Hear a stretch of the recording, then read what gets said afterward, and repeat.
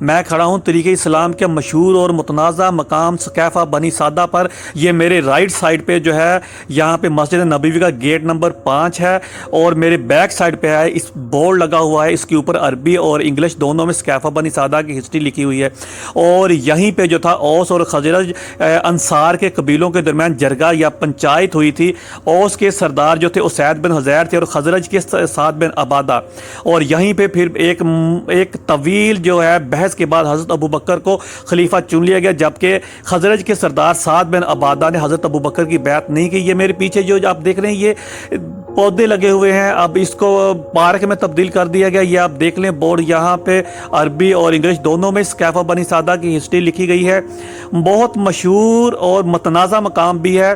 یہاں پہ حضرت سعد بن عبادہ تھے، یہ خزرج کے سردار، انہوں نے حضرت ابوبکر کی پھر بیعت نہیں کی اور وہ مدینہ سے باہر چلے گئے اور ان کو شام جاتے ہوئے قتل کر دیا گیا۔ بخاری میں یہ ان کے قتل کا واقعہ درج ہے، فضائل صحابہ میں۔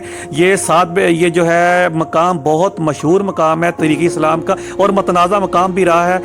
اس کی ہسٹری جو یہی ہے کہ یہاں پہ حضرت ابوبکر کو پھر جو ہے وہ خلیفہ چن لیا گیا، مہاجرین اور جو ہے انصار نے، اور کچھ صحابہ کرام نے حضرت ابوبکر کی بیعت نہیں کی۔ یہ آپ دیکھ سکتے ہیں، اس کو اب جو ہے پارک میں تبدیل کر دیا گیا ہے مسجد نبوی کے۔ یہ بالکل ساتھ میں اندر پودے لگے ہوئے ہیں، یہ آپ دیکھیں تقریباً پارک اس کو بنا دیا گیا ہے۔